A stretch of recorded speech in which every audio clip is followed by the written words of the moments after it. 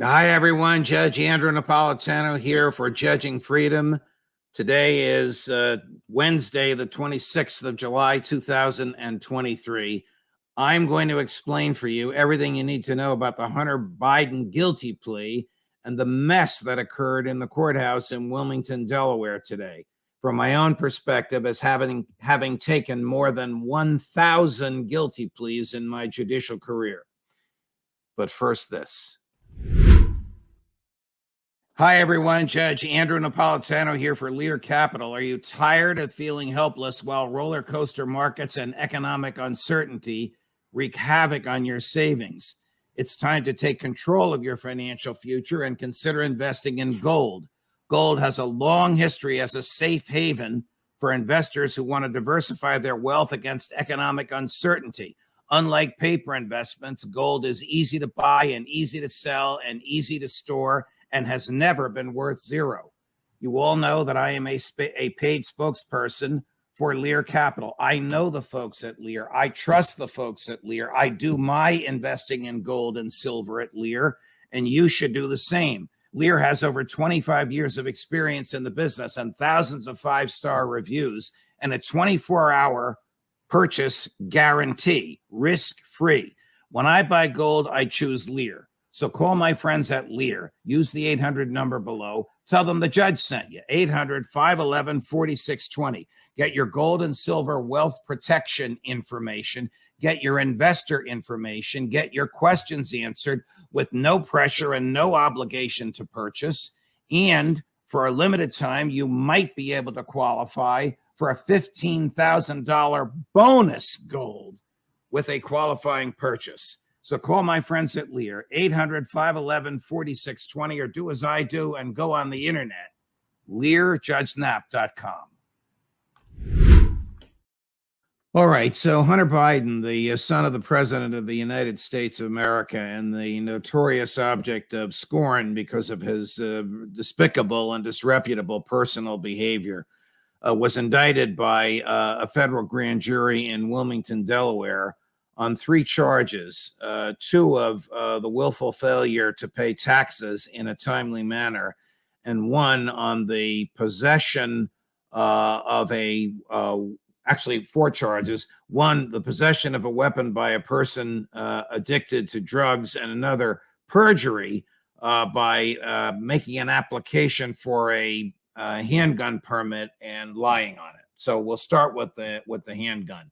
Apparently, Hunter Biden has been hopelessly addicted to drugs. I don't know if he's clean now. He claims that he's clean now.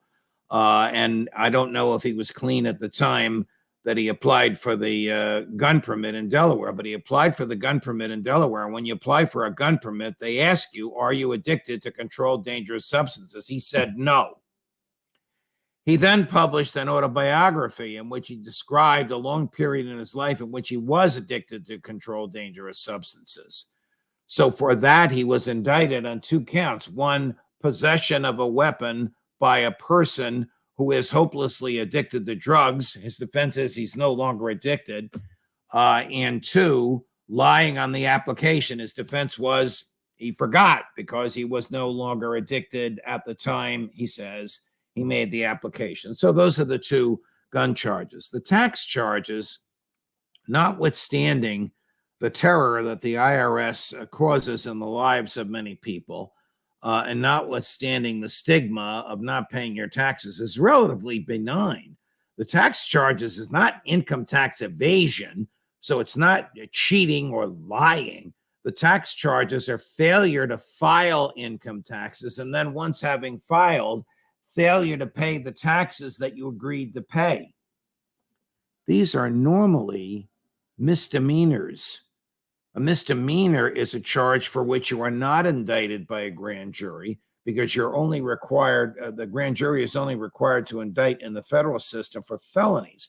A misdemeanor is a charge for which the maximum time in jail is less than a year.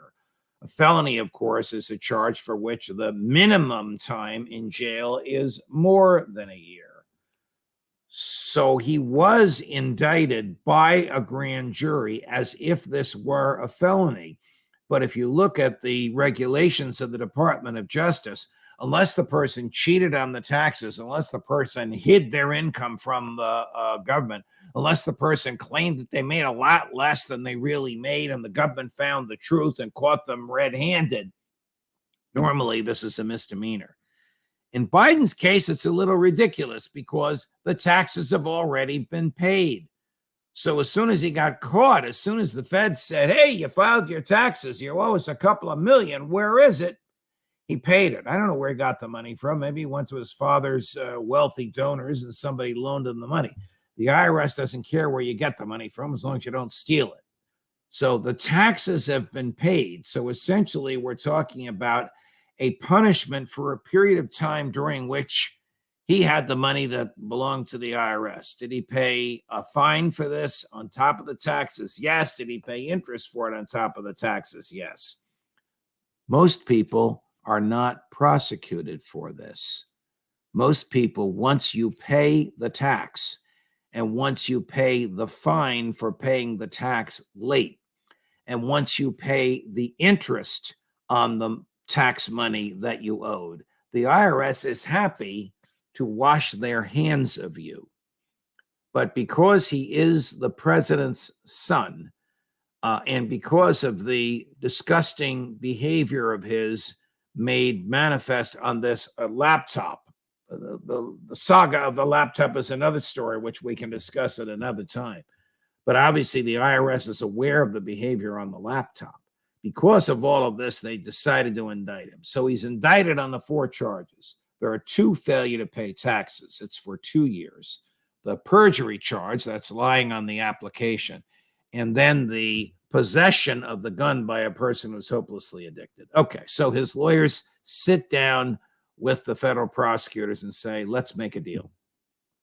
Actually, the feds called his lawyers in and said, let's make a deal. We really don't want to prosecute this case. The feds usually don't prosecute cases. That is, they don't bring them to trial. They get literally 99% of their cases are disposed of by plea bargain. So they only charge cases where they know they have a tremendous amount of evidence. They often overcharge, like they did with the people who were involved in January 6th, charging them with sedition when they really only want them to plead to trespassing. But that's the way they operate. So they called Hunter Biden's lawyers in and said, let's make a deal. What kind of a deal can we make? And they came up with a deal whereby, remember, the taxes are already paid. You're not going to see this in the New York Post and in other publications that hate the son because they hate the father.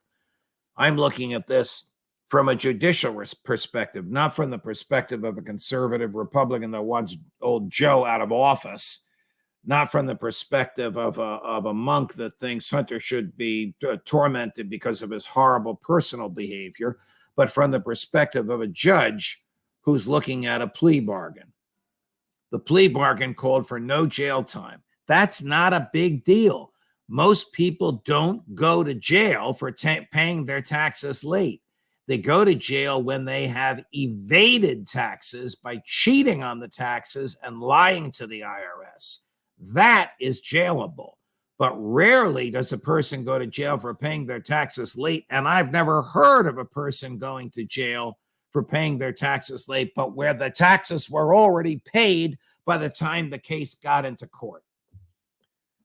But the plea deal that he arranged, that his lawyers arranged for him, called for probation, no jail time because the taxes have been paid. And then there is this issue of the gun. So the government was willing to allow him to enter into what's called pretrial intervention. This is a probationary program whereby if you don't drink and don't take drugs and don't break the law and promise not to do it again, the charges against you are dismissed. Under the federal system and under every state system, everyone gets one free bite of the apple. You actually can get 2, a free bite of the apple under the federal system and a free bite of the apple under the state system. What do I mean by a free bite of the apple? I mean a freebie. I mean, okay, you did this, but nobody was really harmed by it. All right, you lied on the application, but maybe you weren't addicted to drugs, by the time you made the application. Okay, you once were addicted to drugs and you now have it, but you're technically a violation, but you didn't harm anybody with the gun. So here's what we're going to do. If you stay clean for 6 months, we'll dismiss these 2 counts involving the gun. Those type of programs occur every day in every courthouse, state and federal, in the United States of America for a couple of reasons. One, believe it or not, sometimes the government does have a heart. And 2, believe it or not, the government just doesn't have the resources to prosecute every case that comes before it, and it likes these pretrial interventions. So Hunter Biden walked into court this morning expecting to plead guilty to 2 counts, misdemeanor counts, no jail time, of not paying his taxes on time, and expecting to enter into the pretrial intervention program. No booze, no alcohol whatsoever, not even a glass of wine at dinner. Urine testing, unannounced, that can knock on your door and say, here, fill the cup. No drugs whatsoever. Stay clean. Don't break the law. At the end of 6 months, the charges against you involving the gun will be dismissed. The court said, now, before I get to the court said, there are 2 kinds of judges that accept guilty pleas. There are those who say, okay, my job is to resolve disputes between the government and the defendant. Now the government and the defendant are in my courtroom and they both want the same thing. There is no dispute. The government says, we agree to the plea deal. The defendant says, we agree to the plea deal.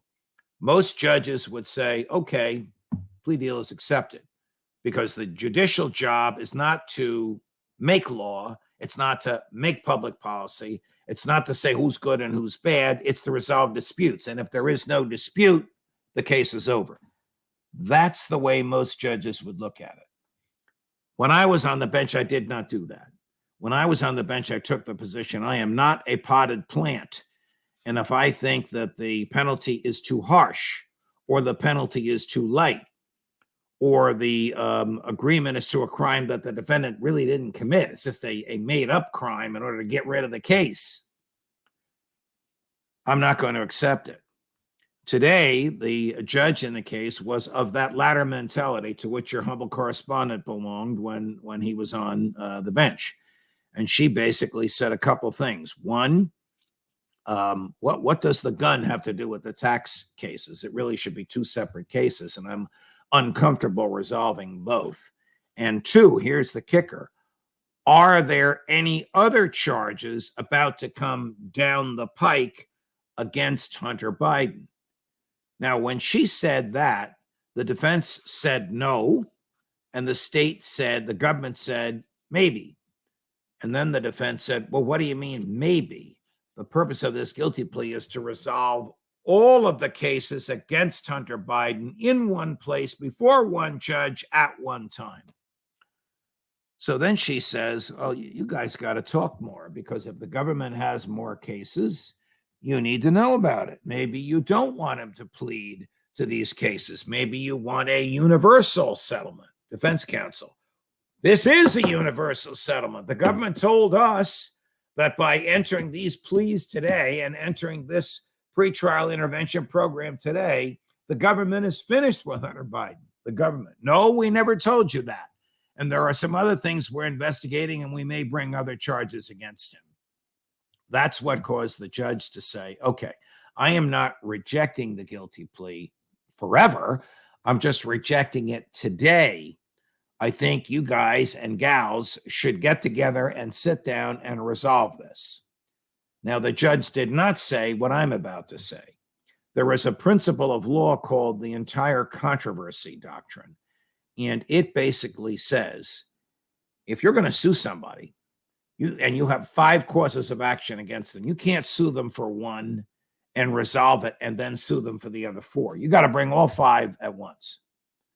If you're going to prosecute somebody and you got 5 causes of action, you can't prosecute them for 3 and hold 2 back. You got to prosecute them for all 5 at once. You got to lay your cards on the table. We're not playing games here.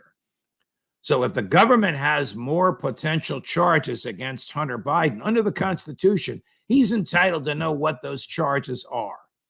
And the government is required to lay them out so that when a guilty plea is entered, it's a universal guilty plea. It ends all the prosecutions against him. I don't know what defense counsel knew when they walked into the courtroom this morning. The government says defense counsel knew there were more charges coming. Defense counsel says, no, we didn't. You specifically told us this is it. The judge doesn't know. But the judge, in my opinion, did absolutely the right thing. First of all, she's not a potted plant in the same mold that your humble correspondent was. And secondly, the entire controversy doctrine, which militates a level of fairness to the defendant, says, you're the government. You got more charges against him? Tell him what they are. He can't plead guilty to half of them and then have you come after him for the other half. He's entitled to know all the charges against him. So I don't think this is going to be resolved today. Hunter Biden, quite properly entered not guilty pleas to the 4 charges, the 2 tax charges and the 2 gun charges, and then went home. And now his lawyers will sit down with the government and say, okay, what are the other charges? Let's just lay them out on the table and resolve them all at one time before one judge with one guilty plea, or we'll try all these charges at once. But before we can enter a guilty plea, we need to know what the charges are, what the evidence is, what the government intends to do with the evidence. So that's basically what happened today. 2 other events happened today. The United States Congress did something that has never happened before in my experience in criminal cases. It attempted to enter the criminal case as a friend of the court. And the United States Congress basically says in the House of Representatives, we have other evidence against him, Judge, and we want to bring that evidence to you. Now, if I were the judge, I would fine the House of Representatives for filing a frivolous piece of litigation. I'm going to use the language of the streets. The court doesn't give a damn what the Congress thinks about a criminal prosecution. If a member of Congress, in the course of his or her official duties, comes upon criminal evidence about a person who is already a criminal defendant in a criminal case, bring it to the prosecutors. You don't bring it to the judge. The prosecutors will decide whether or not they want to prosecute. There's a clause in the Constitution called the Bill of Attainder Clause. What's a Bill of Attainder? Well, bills of attainder are prohibited, thanks be to God, under our Constitution. The British Parliament used to engage in bills of attainder. As far as I know, they may still do so. A bill of attainder is a legislative determination of guilt. So the Congress would vote as a matter of law, Hunter Biden is guilty, and the Congress would decide what his punishment is. Because the British Parliament often did that to British politicians, and they tried to do it to American colonials, when Madison wrote the Constitution, he made sure that bills of attainder were prohibited. Came ever so close to a bill of attainder, whereby the Republican-controlled House of Representatives, which hates Joe Biden and hates Hunter Biden, and I understand that hatred. I'm not saying I agree with it, but I understand it, wanted to enter a criminal case as if they were the prosecutors. Guess what, guys? The Congress doesn't prosecute. The U.S. attorneys do. If you have dirt or if you have criminal evidence on Hunter Biden or on the father or on anybody, bring it to the appropriate prosecutors. The judge today didn't quite treat the Congress as harshly as I've just suggested to you I would treat them, but she disregarded the Congress, the House of Representatives' application to become involved in the case. Second thing that happened today was bizarre, and I have heard of this before.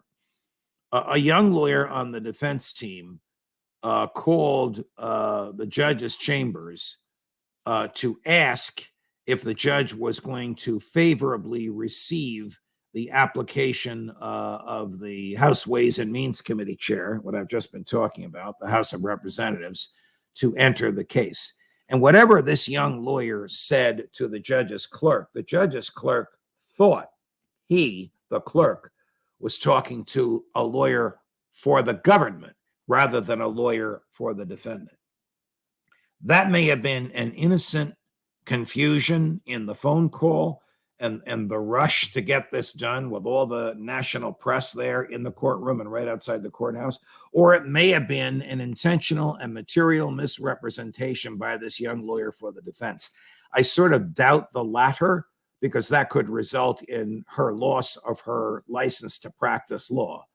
But whatever it was, the judge, and I don't blame her, I'd be upset about this as well, was upset that her clerk did not know who the clerk was talking to. It's a voice on the phone. Am I talking to defense counsel who wants to know if they have to answer the brief filed by the House of Representatives, or am I talking to the government lawyers who really don't want the Congress involved either? So the court said, let's resolve that issue as well. That's it. That's everything that happened in the courtroom today. You're going to read different versions of this tomorrow. If you go to a website or a newspaper that hates old Joe, you're going to read a different version. But I have given it to you the straight and narrow as I perceive it from among all the experience I've had, which, as I said, is more than 1,000 guilty pleas in my career. More as we get it. Tomorrow, Matt Van Dyke. I can't tell you where he's coming from, but it's not the United States of America at 9 o'clock in the morning. Jack Devine, who knows where he's coming from, at 2 o'clock in the afternoon. And at 2 o'clock on Friday afternoon, the one and only Scott Ritter. More as we get it, whether it's Hunter Biden or whether it's Ukraine. Judge Napolitano. I hope you liked this. If you did, like, subscribe, tell a friend. Judge Napolitano for Judging Freedom.